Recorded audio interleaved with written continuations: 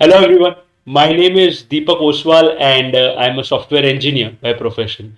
I've been teaching the technological subjects like enterprise information systems, information technology strategic management, and also something known as ISCA, which was there in the old syllabus since 8 years. Our subject risk management has few advanced technological topics, and CA Vinod Kumar Agarwal sir has requested me to take these topics. All right, and it will be a privilege completely to make you understand these topics and make it completely effective and exam oriented. So let us begin. Now, at the end of the session, I'll also provide you my personal email address. Okay, so that if you have any doubt, you can directly mail me and I'll make sure that I resolve it as soon as possible. So today we are going to start with chapter number 9. All right, and it will be consisting of complete technological aspects, operational risk management, as you can see on the screen. Now, before we begin with anything, we need to understand that today's business is working in a completely different scenario, or the way of business functioning today is completely different as compared to the old days. Today, every second a lot of data is being getting collected. Okay, crores of GB of data, and it is the responsibility of the system to make sure that it is collected properly, it is right, it is authenticated, and again this data is used for proper decision making as well, because every business today relies on decisions, basically right decisions. So the data which is being collected every second, all right, has to be collected in such a manner. All right, what could be the risk in that? The data which is collected may not be correct, may have some errors, may not be authorized. All right, and as a result of which the decisions which are taken may be wrong. So there has to be appropriate controls which should be built to avoid or to manage the risks in today's business. So the most important thing which we are going to see today, if you can see the screen, is something which is known as business analytics and artificial intelligence. Today, as I said, lot of data being collected, that is one thing. All right, and secondly, analyzing it properly and taking right decisions is a second thing. And both the things, okay, are done by systems today. Data is being collected by systems. All right, each and every click is recorded wherever you click, not only the customers but the inquiries as well. And there are systems who are able to understand the data and provide us appropriate insights to take decisions. So that means what? Entire business today is completely relying on systems.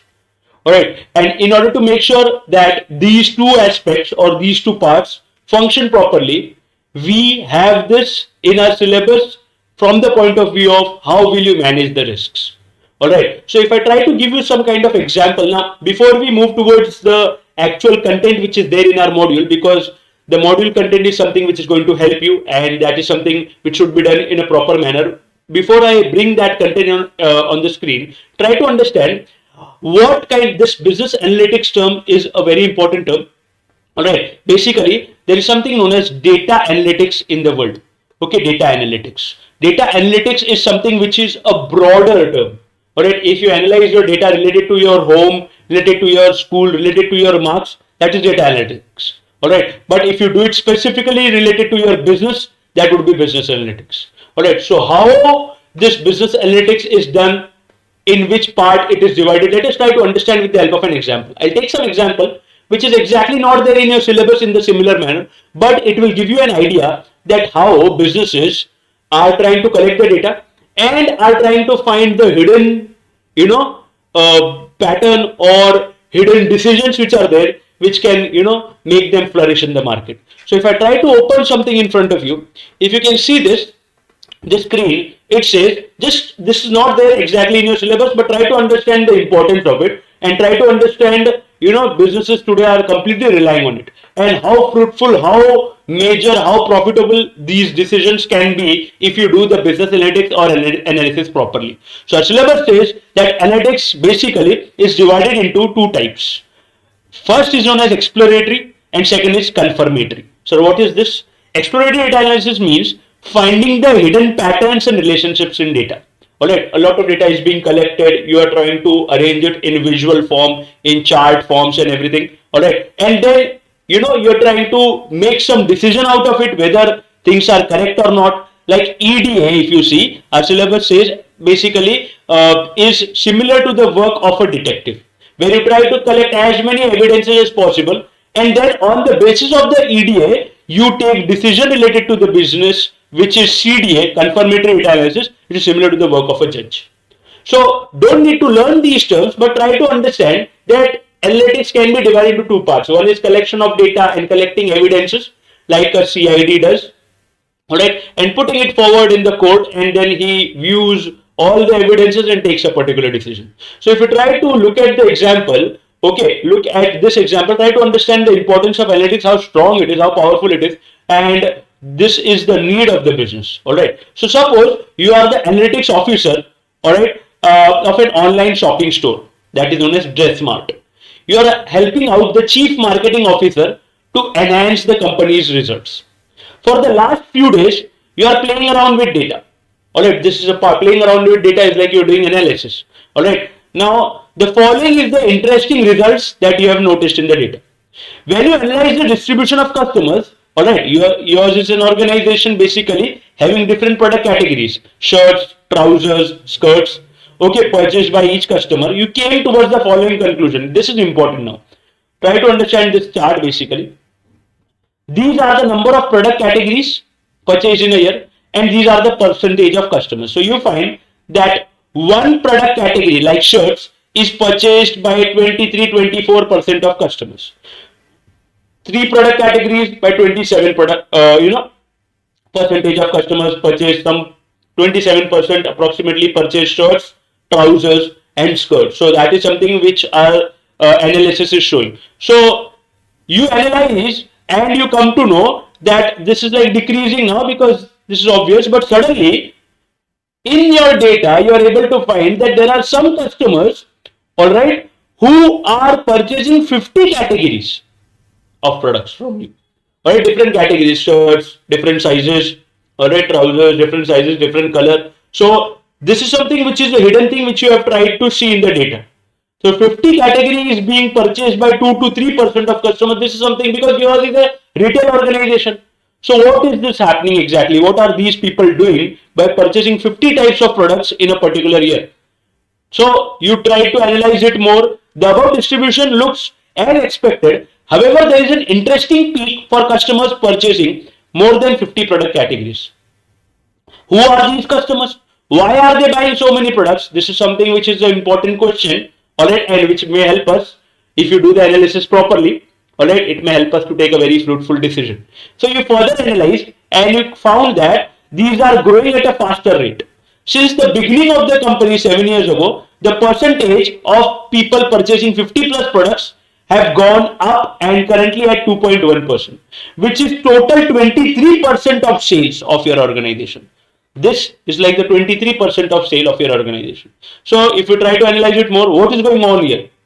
All right, you further analyzed the patterns and you came to know these are the customers, they are buying the same style in different sizes. All right, black color shirt in L, M, XL size. All right, so like that. So now you know that these are small retailers using DressMart as a wholesaler, where you didn't know that this is an actual opportunity which we had, or there are people who are considering us as wholesaler as well. So this is concluded from the above analysis that now this was still here, we had something known as EDA, exploratory data analysis. Look at the power of analysis now. So try to understand that collection of data, analyzing it, gaining insights into that data is something which is the way in which the businesses are conducted today. It's not that you open a shop and people will come and buy and go. This is not the scenario today. So it is very important for you to understand that this analysis is something on which organizations are completely based, and in order to make sure that these things work properly, truly, fruitfully, right decisions are made, we need to have appropriate risk management and controls so that the data and decisions are completely foolproof. All right, so there is no point, this is the conclusion which that organization would have made, there is no point sending these retailers same product catalog as to retail customers. All right, and there is an opportunity to strengthen up business ties as well. All right, improve profitability of your company. So this is something which was an example of analysis where we come to know that collection of data, analyzing it properly, coming towards a particular decision can make business grow like anything. So we need to understand that analysis is the need of the day. All right. And the second topic which we are going to see, where machines are involved in collection of data, analyzing the data, and providing us various insights, is something which is known as artificial intelligence. All right. So if I try to bring some important content, general content, where it tries to say that everything is being, technology has become all pervasive. In every type of business, technology, inclusion of technology is something which is like mandatory. Otherwise, your business won't survive. Okay. So if you go into banks as well, and if you tell a person that I have 50,000 rupees, I want to deposit in my bank account. All right. Now, bank is a financial institute basically, and you are giving the financial thing as well. You are filling the form. But if internet is not working, what that lady or that person will say that the server is down right now. All right. Hence, we will not be able to purchase, proceed towards this transaction. Please wait as soon as the server comes up. So they say the server is down. So try to understand, even if it is a financial organization, but technology is so important that it can stop your financial functions if technology is not working. So at each and every place, technology has become very important, not just in collection of data, but analyzing it as well and taking decisions as well. So there is increasing penetration of technology in everyday life. All right, the data size has increased because data is being collected at huge rate, great amount of quantity, all right, various variety, and the volume is also huge. So at the speed at which it is being collected is large. All right, and it is different types of data being collected. Each and every type of click which you do on a particular website is being collected. All right, all the organizations like Facebook, Instagram, etc. completely rely on collection of data, and they collect each and every click. Now, this is not something which is done by a particular person sitting at the back. There are some technologies which we are going to learn how these things happen. All right, so data is now instantaneously available. So it creates a possibility that now it's not about just collecting the data and keeping it as it is. Analysis should also be done immediately. You try to see the data on YouTube, Instagram, Facebook, it is being collected. They analyze it immediately and try to show you similar type of videos at that moment itself. So collection of data by the systems, analyzing it by the systems, and showing it on the systems by taking decisions is done completely by the systems, and that too on a real-time basis, immediate basis. So this is the power of technology. All right, and the more important thing for us is not just to understand what this technology is, but most important thing is that if the data is not collected in a proper manner or not interpreted in a proper manner, then your decisions will be wrong and definitely you will be losing business. So collecting it properly, having appropriate controls to make sure that right data is collected and analyzed is something which we need to go into that direction basically. All right. So if we move ahead, field is not immune. Risk management is not immune from these changes, and there are significant changes which are being disciplined or which are being seen in the businesses in terms of managing the risks as well. All right. So the data which is being collected, the responsibility of this risk management will be the data is authorized. There are various controls which are there. All right, which make sure that the right user is logging in. All right, each and everything which he is clicking is being collected. So there are various username, passwords, encryption, all those controls are applied so that right user is there and we are able to collect the right data, analyze it properly, and take decisions. So the controls are being made according to the new tools today. So that is something where it is trying to say that things are not immune in case of risk management, and there are several changes. As the working will change, the managing of risk will also change. All right. So continuous, you would have heard of something known as continuous audit. Basically, there are various tools which you would have heard in your life, like SCARF, like continuous and intermittent simulation. These are the basic. Now businesses like having huge amount of transaction in a day, like Flipkart, Amazon, Paytm. Now you cannot get the hard copy of those businesses of the transactions and do a single transaction audit at a time. So you need to have some system, some technological aspects which can do real-time audit and then give you appropriate problems if they're in the system. So this is where technology or risk management comes into picture. We need to analyze it live.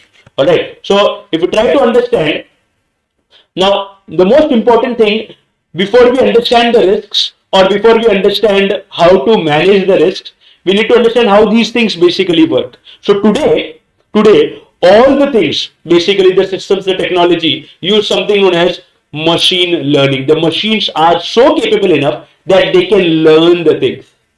All right, and machine learning is one thing. All right, you learn something. All right, and when a question comes, you try to answer about it. So learning is one thing. That means you should have the capability to adapt to the new situations, and applying it and using it is artificial intelligence. All right, so we can learn things like, for example, if you are trying to type something on your phone, you're trying to chat with someone on WhatsApp or some application, and you have a habit of typing hey, what's up. You have a habit of typing this. All right, so once you will be typing it, you will be typing it for 10 to 15 times. After that, the system, the machine, the smartphone will automatically learn it, and as soon as you type hey, you will be finding what's up in the suggestion box. Are you understanding? That means what? It learned.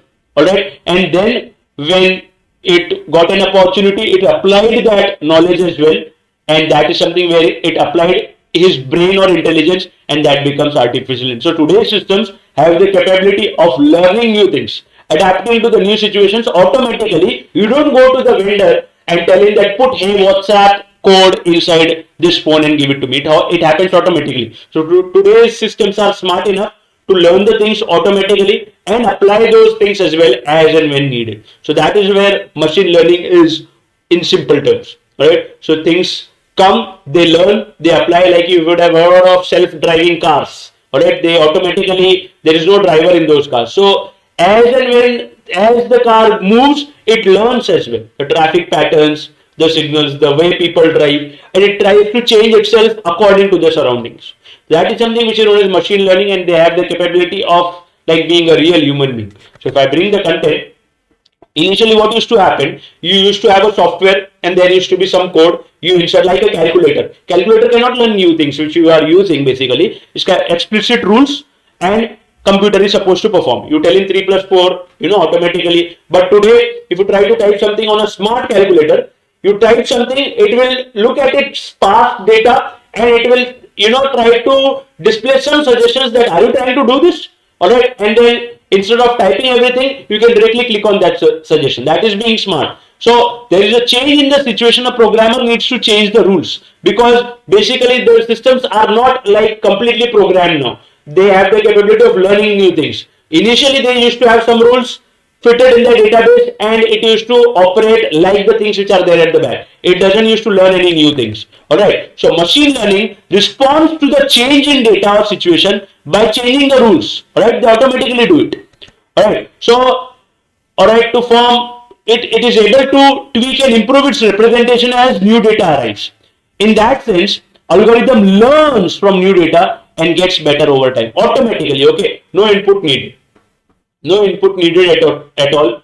Alright, it has the capability, like you learn new things in your life as and when you gain experience. These machines have the capability of gaining experience, learning it, and providing you right data at right time so that right decisions can be made. So this learning should be proper. Okay, if you do not form the code properly, or if you it completely relies on data. Wrong data will lead to wrong conclusion, and definitely it will lead to wrong decisions. So making sure that everything which is done at the back in order to make sure that these machines learn everything is done in a proper manner. Our syllabus says machine learning basically can be divided into two parts. Alright, two groups. Try to understand. One is supervised learning and second is unsupervised learning. So supervised learning, what is supervised learning? Where what happens is, suppose you are trying to train a kid. Alright, you are telling him this is a square, this is a rectangle, you are trying to tell him the shapes. Alright, it goes into his mind, it has all the labels and it has all the visuals in his mind, and when after some time you ask him, he is able to recognize the square and rectangle as well. So that is where we are giving complete, we are serving everything in case of supervised learning. But today's systems, to be very frank, are capable of unsupervised learning as well. We are not telling them anything, we are just inputting data into it. They are applying their own brains systems, alright, and they are trying to provide us some pattern which is hidden in the data. Alright, so we are not telling them what kind of data it is, alright, and they have the capability to think and they have a capability to display those data which is inputting in a proper format according to their brains. Okay, we are not giving them any fixed pattern. So let us try to understand this. I'm sorry. So supervised learning refers to statistical analysis, basically mathematical analysis, that aims to map the behavior of certain variable on the basis of some other variables. There are some variables which we have already defined, and it tries to, on the basis of the data which we have told to the system, it recognizes the data. So if you look over here, in supervised learning, models are trained using labeled data set. They are directly trained that this is this, where the model learns about each type of data. Once training process is completed, the model is tested on the basis of test data. So this means what? And then it predicts the output. This means what? In case of supervised learning, if a new input comes in, it would be giving up. It is like, I don't know what is this. But in case of unsupervised learning, it still has the capability to use its brain and apply some kind of logic to it. So supervised learning only knows what it knows. No new thing will be understood or learnt by him. So if I show you a visual, now this is labeled data. If you can see, these are the squares and labels. We have applied hexagon, triangle, square. So we are giving it to the model or the system.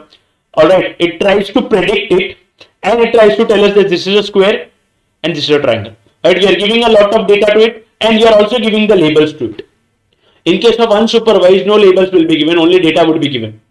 All right, I hope you are trying to understand. So here it is something slightly spoon feeding is there, but today's machine are also capable of something known as unsupervised learning, where refers to statistical methods that aim to delve into the challenging realm of data that has no dependent or variable or response variable. There is no variable that supervises the behavior. It is completely their choice, their freedom and their capability, on the basis of which they would be taking the input, realizing what it is, and presenting the data to us. Alright, so like if we saw something known as the data analysis as well. Over here as well, if we give some kind of input to it, we give the percentage of customers, we give the product categories. Now, putting it in such a manner is something was his responsibility, where we didn't tell him in which form do we want it, and it gave it to us in the form of a chart which can be analyzed and decisions can be taken. So likewise, if we come over here, the goal is to find the structure of data set, okay, group them into similarities and represent in a compressed format. So I would have given millions of customers of data, okay, thousands of categories, okay, but its responsibility, what did it do? It analyzed it has put it into a proper data set, and it has compressed the millions of customers of data in a specific chart where we are able to analyze and take decisions. So this is the power or capability of something known as unsupervised learning, which is more difficult and more better as compared to supervised learning. So if I show you with the help of a diagram where we are inputting some raw data, no labels given. Alright, the system has the capability of interpreting it, processing it, and then when it finds that this is same, it tries to, on the basis of the knowledge which it has, it tries to group it, and then we can take some kind of decisions on the data. So it is something where it has analyzed it, interpreted it, we have not spoon-feeded it, and it is able to take the decision. So if you can see this, we have taken unlabeled input data, which means it is not categorized, and corresponding outputs are also not given. Now input data is fed into the machine learning model in order to train it. Okay, so it trains automatically. We have not given any input. Like I told you, hey, what's up? Alright, that thing which you have a habit of typing, basically system learnt it, alright, regularly on a regular basis. We didn't have it already inside it. Alright, so firstly, it will interpret the raw data to find hidden pattern, and then it will be forming using some clustering technique or decision tree technique, which you don't need to get into right now. But it has the capability of understanding something which was not made, which were not trained to them. Right. So once it applies the algorithm divides the data objects into groups according to similarities and differences between the objects. Alright. So it organizes in such a manner. This is like dogs and cats is not something which is important from the business point of view, but this basically is, if you can see. So it organizes it in such a manner that it becomes fruitful, decisions can be taken, and it tries its best to give a right view to the data which is being collected, and that is unsupervised learning if you are paying attention. So our syllabus says that Firstly, it is being classified into supervised and unsupervised. Secondly, it can also be classified into more two types, where one is known as regression method. Okay, it can be classified on the basis of the variables it can handle. Suppose if you want to handle numerical data, if you want to handle sales or profit, all those terms basically. Right. So in that case, regression methods can be used, right, where it can help us to analyze quantitative data, right, person's age, height, value of a house, right, it can help us to analyze, right, and it can help us to take decisions. So if I try to show you something, if you can see the screen,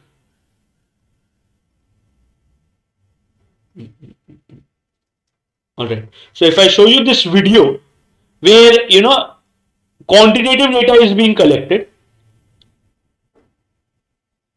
if I just show it in a faster manner, you would be able to see that here the quantitative analysis is being going on. We have the bar chart basically, and it tries to tell us, the last year, how did we perform, the budget, the forecast, and the actual. Try to understand the data is being analyzed in this manner today. We try to collect all the data and we try to summarize it in the form of chart. This data will be of millions of customers, millions of products, but it has come down to a compressed format with the help of machine learning, basically with the help of systems and technology. So here it tries to analyze that if you can see over here, the actual is better than forecast. That means what we are doing good. Now if we try to break it down or analyze it more, it clicks on the actual, all right, and then we are more able to analyze our data in terms of our different business units which are there. We have iron and steel business unit, we have industrial products, we have consumer products, we have chemical products. Try to understand, again the system is trying to analyze, where we can see that iron and steel, the actual is good. Okay, industrial products, the actual is not performing well. Consumer products and chemical processing, the actual is good. So here we come to know that industrial products is something which is not performing well. We'll try to click on it, alright, and we'll come to know more details about the decisions or the improvement to be taken at a particular place. So he'll try to click on the industrial products because it is not performing well, alright, if you can see, and then it will be breaking it down into different cities. Alright, we have Mexico City, we have Hong Kong, alright, and then this is basically quantitative data analysis which is going on. Mexico City has the biggest negative variance basically. So if we click on it, again it would be going into more numbers and it will help us to try to understand that today's systems are basically able to do quantitative data analysis and take decisions.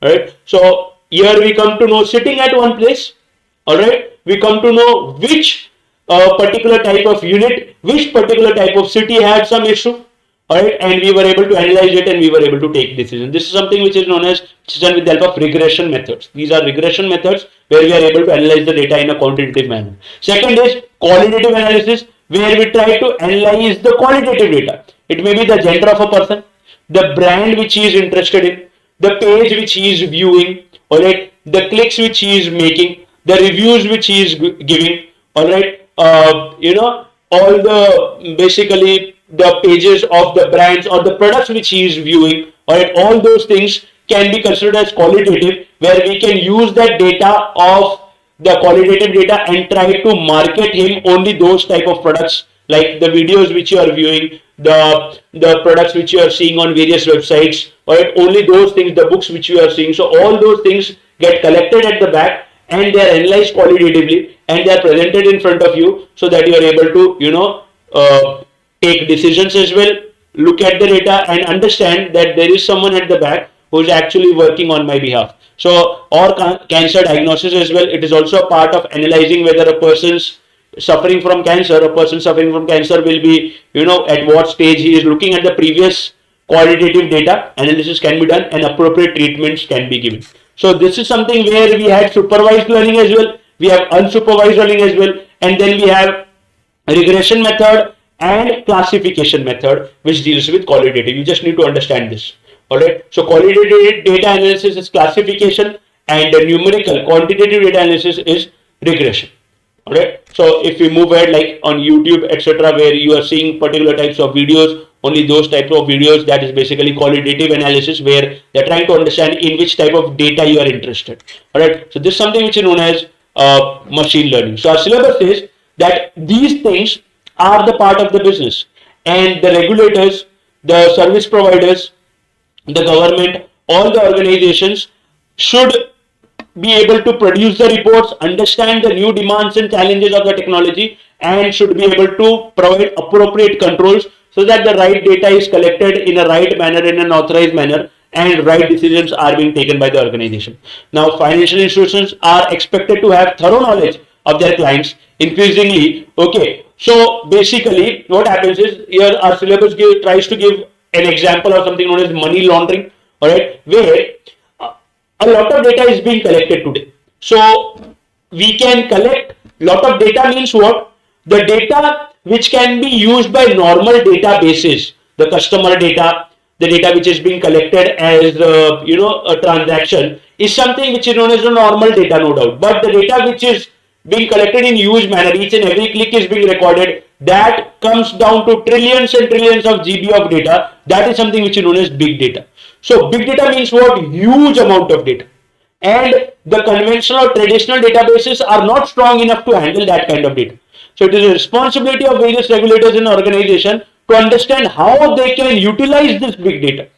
How we can, suppose there is, some credit risk, or some person outwriting credit which he has taken basically. So in that case, what could be the way in which we can analyze or detect the future of basically how we can stop those loan outrights which are going on, or money laundering which is going on. Apart from just analyzing your own database, there can be analysis of big data as well which can be done. Alright, so the data which is being collected, each and every click which is being collected, our responsibility of the system would be to analyze it in a proper manner. There should be tools to analyze it. Alright, that is something which our syllabus is trying to say. So new data sources include social media, marketing, alright, to gain greater visibility into customer behavior.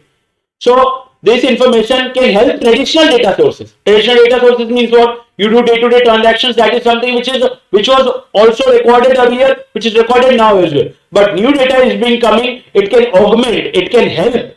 All right. It can complement to the already data which is being collected. All right. And then it can help us to analyze a person's behavior and determine.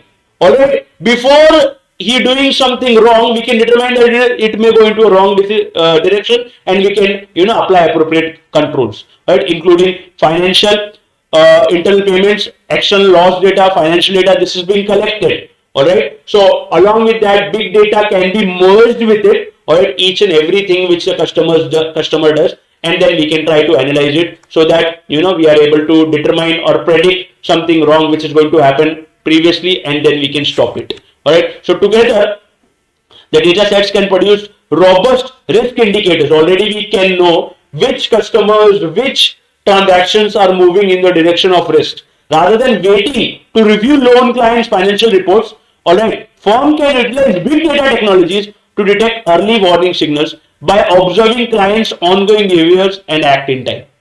So this is something where you need to understand why this topic is there in our syllabus. So that we are able to analyze the risks, we are able to have preventive controls. So rather than detecting and correcting it, we already have the preventive controls in place, so that those things which are going to happen, which are not good for the organization, are already prevented. Okay, so those applications or those tools should be there with the regulators. Okay, these approaches can provide a means, these new technologies or new systems which are going to put to protect something which shouldn't happen. They provide us means to quickly draw out hidden links between transactions and uncover suspicious transaction patterns. Whatever is suspicious, whatever we think is something which is not going in the right direction, it can try to highlight us and send a notification on the system as well. Advanced analytics can generate real-time actionable insights, stop money laundering, and while still allowing, so basically money laundering is where huge amount of money laundering takes place in like 3 steps. You would be aware: placement, layering basically, and integration. So, and in that case, if there is a huge amount of money which we need to transfer, authentic money to right accounts, right fund transfers, non money laundering, we have to make sure that that is also done. and money laundering is something which is avoided as well. So while still allowing fund transfers for crucial economic and human aid to troubled regions. So we have to make sure that we have not only now before big data or before this data which we have, which is being collected each and every click of a particular customer if it is being recorded. Before that, we just had the bank's database to analyze or to determine whether this can result in money laundering or not. But today, all right, this data which is there in the bank along with the big data can be merged to determine something which can happen in the future, which can be dangerous for the organization, and it can be stopped. Okay, big data technologies can identify incidents, help draw a wider picture, and allow bank to raise the alarm before it's too late. So this is something where risk management can help us. We should have tools basically to collect both the data, analyze it, and put that data should be, put it in such a manner that we are able to analyze it and determine that this is something which can happen in the future, and we can try to, stop it before things, go out of our hands. Right, so analyzing it, huge amount of data, you should have the appropriate tools, our syllabus says. So the last thing in this after business analytics is something which is known as artificial intelligence. Artificial intelligence is where basically we should have now try to understand, since machine is collecting each and every click trillions of data, we should have some systems who will be analyzing it. A human brain will not be able to do it. So basically, the general definition of artificial intelligence is the use of memory, reasoning, knowledge, understanding, judgment, alright, is something which is known as intelligence. And when we try to put these things, memory, knowledge, understanding, reasoning, imagination, judgment into machines, it becomes something which is known as artificial intelligence. So today, all the things, all the work which is going on, may it be inventory of Amazon, may it be waiters in the restaurant, okay, may it be quality inspection of goods, everything is being done by the systems today. Alright, so may it be driving of cars, so may it be voice recognition, alright, detecting whatever you are speaking in the phone, are all the applications of artificial intelligence where machines are able to collect the data, analyze the data, and act upon the data. So basically our syllabus says it's a science that makes intelligent machines, especially computer programs. It's a way of making computer in a similar manner the intelligent humans think. So machines will be able to think and take decisions. Some examples, it works by studying human brains and how human brains learn, decide and work while trying to solve a problem. Okay, so we try to put this of learning, understanding, trying to solve a problem, we try to put this knowledge into a software, and this is something which is known as artificial intelligence. Our syllabus tries to give some examples of it, like it can be used in game. The most traditional example of artificial intelligence can be games where you can play chess with a computer, where it has the capability to think on the basis of your move. You make some move and then it understands it, it realizes it, and then it makes his move according to your move. So it has the brain to collect your data, analyze it, what could be the right move, and takes the decision. So that is something which is an application of artificial intelligence, one of the most traditional applications. Alright, our system, natural language processing, it can understand natural language spoken by humans. You have Siri, you can talk to it, you have Alexa, you can talk to it, and it can give, it has a lot of data at the back, but it tries to understand each and every word which you have said. Alright, it tries to understand and show you those movies, those songs, those results which you have spoken. So that is again a kind of artificial intelligence, because if you tell a person something to do, he understands it because he knows the meaning of it.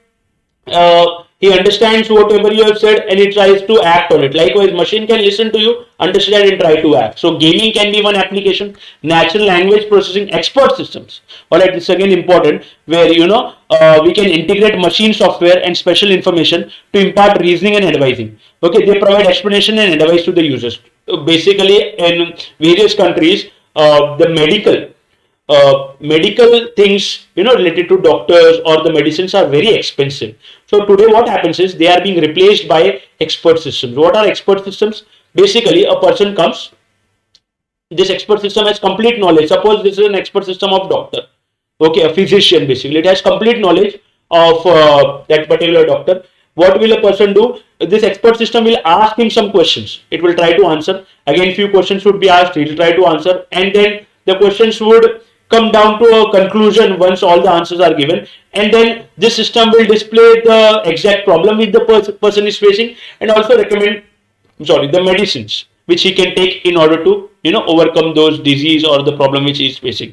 So this is something which is being replaced in various fields, something which is known as expert system. The most important thing over here is to how to gain the knowledge of that particular field and put it into the system. Gaining those knowledge, doctors or that experts in that field will be reluctant to provide the exact knowledge. So that is basically a drawback in that. But try to understand, we don't need to get into that. Expert systems are something which are replacing the experts.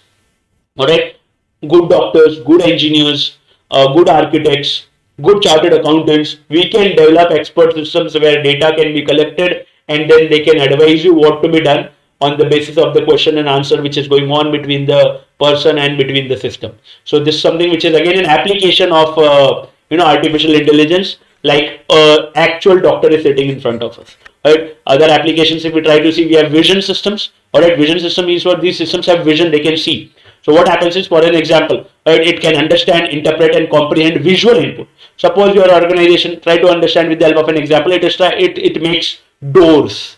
Okay, suppose we make doors, high quality doors. Doors which are there at our home, or basically through which we come in and go out. So in order to make sure these doors are made properly, quality inspections use basically artificial intelligence. There will be a machine, all right, and in this machine there will be a lot of sensors, all right. This door which you have made will be inputted or will be put into this machine. It will be detecting each and everything of that particular door, the height, the width, the various parameters which are there, all right. And then on the screen it will be displaying whether everything is okay or not okay. In green color it would be showing okay, height okay, width okay, this thing okay, everything like that. So that is something which is known as, again, machine is being used to inspect the quality of this. So it can be applied at various places. I'm giving you one example. You can think of a lot of examples. So vision system can again be the example of something which is known as artificial intelligence. It can be used in quality inspections. All right. So doctors use expert system to diagnose the patient. Right. Data can be used to analyze and determine that what kind of direction need to be taken for a patient and what advice need to be given. Police basically can use the like we would have seen in various movies where they try to trace the picture of a particular criminal by various facial characteristics. So it can recognize the face of criminal with the portrait made by forensic artist. We would have seen this in CID or any program, if you would have seen, where they try to make a picture of that particular criminal with the help of all the basic characteristics information which they have. This is again an application of artificial intelligence. It can be used in speech recognition, handwriting recognition, all right, and robots basically, which are, if you look at the inventory of Amazon, you would be finding all the robots working, all right. They are taking the product from the shelf, putting it into appropriate places. So all those things are being replaced. There are various restaurants in Japan, China, where we have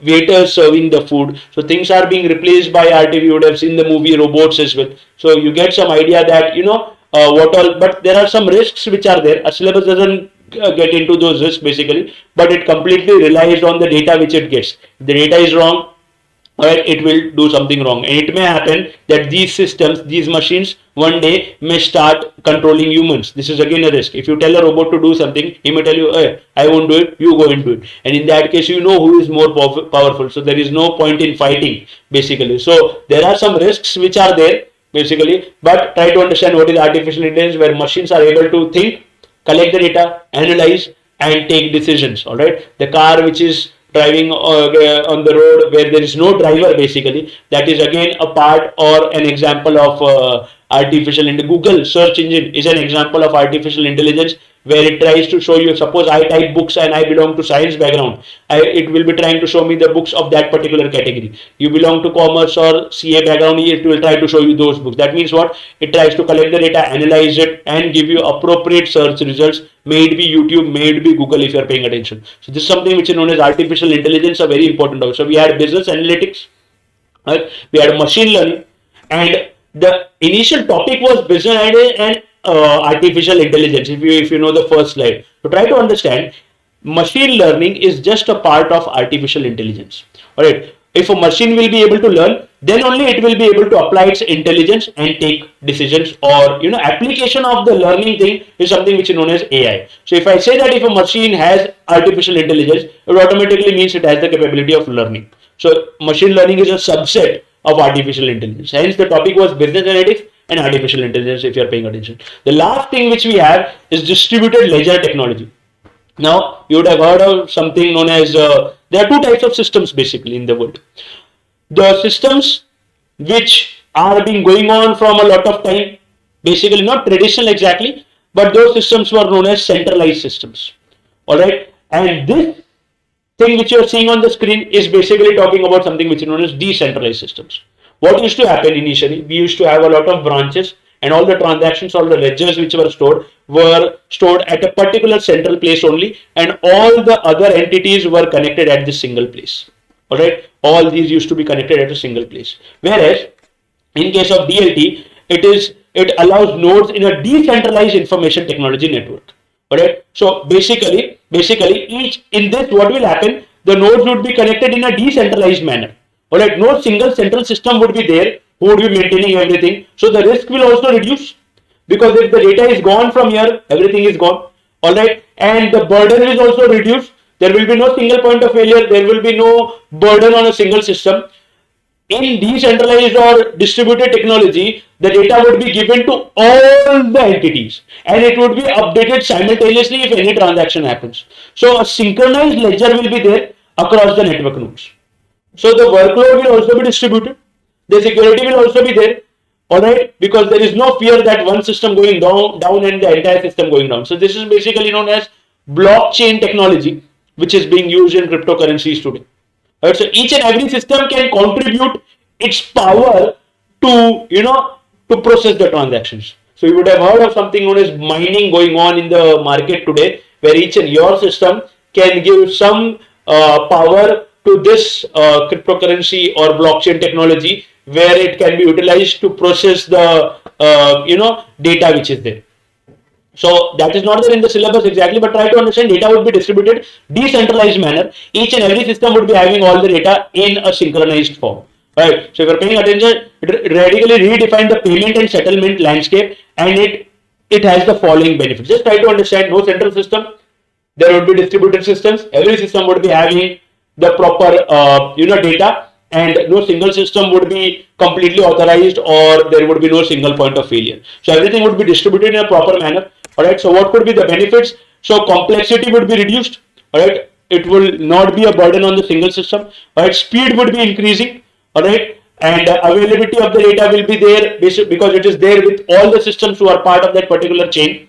Alright, if we move ahead, efficiency will increase.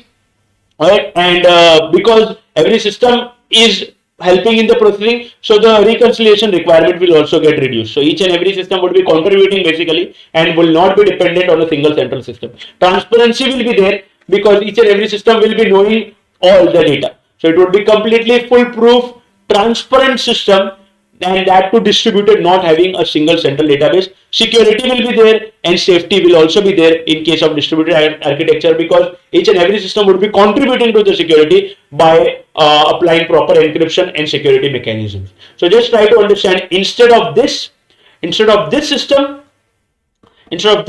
where we had a single centralized system, the system would be replaced by the distributed technology. Alright, and every system would be in synchronization with each other. Every system would be updated on a real-time basis. So I hope you have understood the few technological terms like business analytics. Alright, we have something which is known as artificial intelligence, machine learning as well. I hope you have got an idea of what these things are, and these are the basic definitions and understanding which we have it in our syllabus. We don't get into greater technological or programming aspects, because we just need to understand these things so that we can understand the risks which are there and manage it. Alright, we are not the one who are going to implement these technologies. So I hope you have understood these things, and if you have any doubt, you can mail me at this email address. Basically, if you can see on the screen, okay, you can see FAOS2007@gmail.com. You can see other email addresses as well.